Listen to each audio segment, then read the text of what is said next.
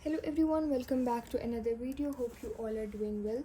सो कल मैंने एक वीडियो पोस्ट की थी जिसमें मैथ्स की टिप्स एंड ट्रिक्स थी और उसके नीचे मुझे बहुत अच्छे कमेंट्स आए हैं जिसमें आप लोगों ने मुझे बहुत ज़्यादा अच्छी कैलकुलेटर टिप्स बताई थी। मेजॉरिटी बच्चों ने डिफरेंट ने बताई हुई थी, सब ने बहुत अच्छी बताई थी।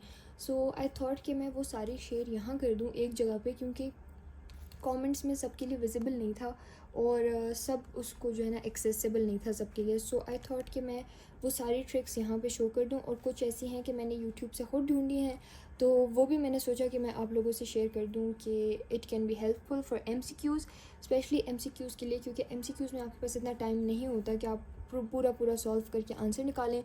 या फिर शॉर्ट्स के लिए भी आपके लिए इंपॉर्टेंट इसलिए कि अगर आप अपना शॉर्ट सॉल्व कर भी लें तो फिर आप वहीं बैठे बैठे अपने शॉर्ट क्वेश्चन, लॉन्ग क्वेश्चन, हर क्वेश्चन जो आप कर रहे हैं वो इजीली चेक भी उसी टाइम कर सकते हैं। So first of all I am going to be telling you 6 steps for the calculator, और बहुत इजी हैं, बहुत अच्छी सी हैं, and I am so shocked कि हमें पता ही नहीं था कि हम इतनी सारी चीज़ें कैलकुलेटर से ही फाइंड कर सकते हैं और हम उसमें जो है ना अपनी इतनी मेहनत लगा रहे होते हैं। So let's get started. First of all जो फर्स्ट चीज़ है वो मैं आप लोग को बता देती हूँ। जैसे चैप्टर नंबर 2 से है 2.3 जैसे है। 2.3 में हमें डिटर्मिनेंट फाइंड करना है, 3/3 का एडजॉइंट फाइंड करना है और उसका इन्वर्स फाइंड करना है। तो ये बहुत लंबा चला जाता है क्वेश्चन कि हमें पहले एडजॉइंट फाइंड करना होता है, फिर उसको डिवाइडेड बाय डिटर्मिनेंट करना होता है, कोफैक्टर मेथड से बहुत लंबा हो जाता है।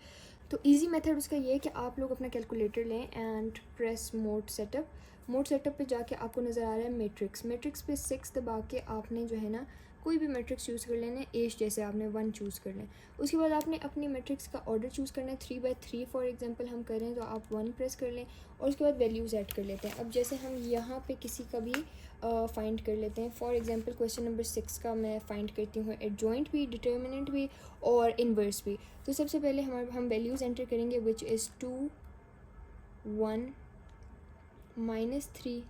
आपने ये साइंस मिस नहीं करने, माइनस प्लस बिल्कुल एज इट इज़ ऐड करना है। 0, 1, 0, उसके बाद हमारे पास आ जाता है 2, 1 एंड 6। अब आपने ये कर लिया, उसके बाद आपने वापस दबा देना है AC, ठीक है। AC आपने दबा दिया, उसके बाद आपने शिफ्ट पे जाना है और आपने मैट्रिक्स दोबारा 4 प्रेस करना है।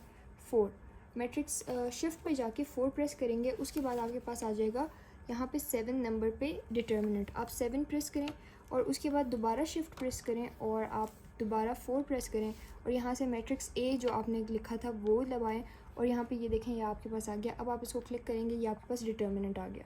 डिटर्मिनेंट अब आपके पास आ गया। अब आपने फाइंड करना है इन्वर्स आप ऐसे फाइंड करेंगे कि आप दबाएंगे शिफ्ट, मैट्रिक्स और यहाँ पे मैट्रिक्स A अगेन, और इधर यहाँ पे आपको नज़र आ रहा होगा ये वाला -1 का जो साइन है, ये इन्वर्स के लिए होता है। ये इन्वर्स आपने कर दिया और ये आपके पास आ गई सारी वैल्यूज़। अब हम इसको चेक भी कर लेते हैं एक बार। So this is 2.3 question number 6। तो 2.3 का क्वेश्चन नंबर 6 मैं आपको दिखाती हूँ। Here we go. इतना लंबा ये प्रोसेस होता है कोफैक्टर मेथड से फाइंड करने का। प्रोसेस आपने सारा करना है, ये आपने सिर्फ चेक करने के लिए यूज़ करना है, क्योंकि अगर आपके पास लॉन्ग में या शॉर्ट में आया तो प्रोसेस आपने करना है, क्योंकि इसके नंबर होते हैं, बस आप चेक कर सकते हैं।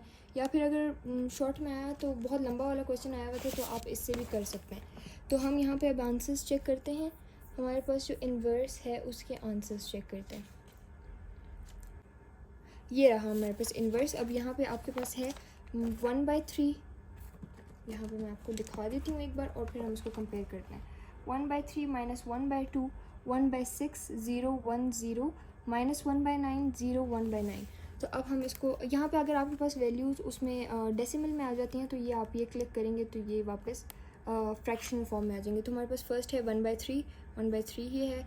सेकंड हमारे पास है -1/2, 1/6, 0, 1, 0, 1, -1/9, 0, 1/9। तो एग्जैक्ट सेम वैल्यूज़ आई हैं। अब अगर आपने इसका एडजॉइंट फाइंड करना है तो एडजॉइंट के लिए आप लोग ये कर सकते हैं कि आपने इसी को, ये पूरा जो आपके पास इन्वर्स आया है, इसको आप मल्टीप्लाई कर देंगे विथ 18 जो हमारे पास डिटर्मिनेंट आया था।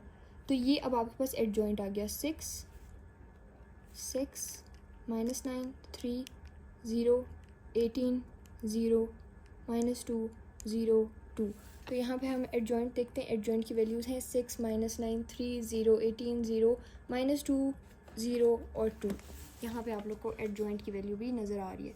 सो मैंने आप लोग को कैलकुलेटर से 3 चीज़ें करना सिखाई हैं, विच इज़ पहले तो आपने इन्वर्स फाइंड करना बता दिया मैंने आपको, डिटर्मिनेंट फाइंड करना, एडजॉइंट फाइंड करना, तीनों चीज़ें बता दी हैं। पूरा क्वेश्चन इसी से सॉल्व हो सकता है। अब फोर्थ चीज़ जो हम इसमें से फाइंड कर सकते हैं वो है कि हम लोग टेबल फाइंड कर सकते हैं। जो 9.1 में टेबल दिया हुआ है वो हम कम्प्लीटली फाइंड कर सकते हैं। लेकिन पहले मैं आप लोग को बता देती हूँ कि रैंक कैसे फाइंड करते हैं, क्योंकि MCQs में कभी कभी आ जाते हैं, कोई मैट्रिक्स दिया हुआ होता है 3x3 का और पूछा होता है कि इसका रैंक क्या है। अब रैंक फाइंड करने का बहुत लंबा प्रोसेस होता है, एचेलॉन फॉर्म में कन्वर्ट करना होता है, और एचेलॉन फॉर्म में कन्वर्ट करने में हमें कोई 6 to 7 मिनट लगते हैं। अच्छा खासा शॉर्ट के बराबर का क्वेश्चन होता है, MCQ लेवल नहीं होता, तो डायरेक्टली देख के नहीं बता सकते। तो हम लोग उसका भी एक मेथड है, वो मैं आप लोग को पहले बता देती हूँ। ये मैंने यूट्यूब से ढूंढा है आप लोग के लिए।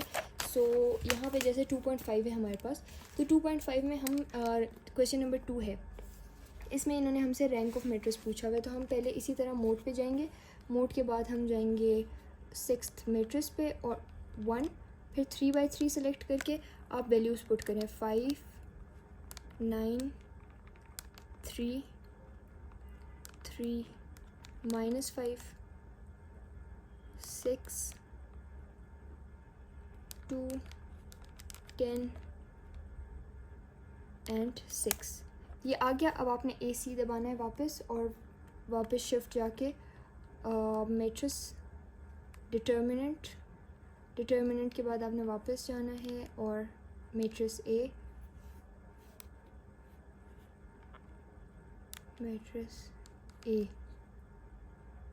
का डिटर्मिनेंट फाइंड करना है। और डिटर्मिनेंट ये देखें, ये आ गया।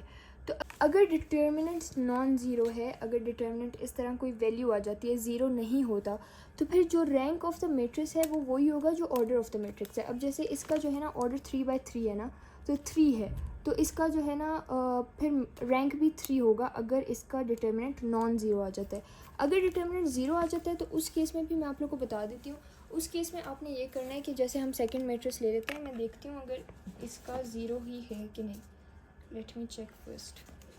मेथड करके एंड में एचेलॉन फॉर्म निकाली है, और एचेलॉन फॉर्म में जाके पता चला है कि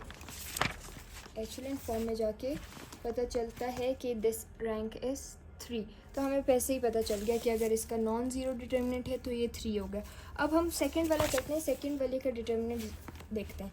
तो सेकंड वाला हम करते हैं, और अगेन मैट्रिक्स 1, 3x3, और यहाँ पे वैल्यूज़ हम पुट करते हैं। अब -1, -2, 3, -1, 2, -1, -5, 2, 3, ये हो गया। अब आपने इसी तरह जाके इसका डिटर्मिनेंट फाइंड करना है, और यहाँ पे 7, फिर अगेन शिफ्ट 1।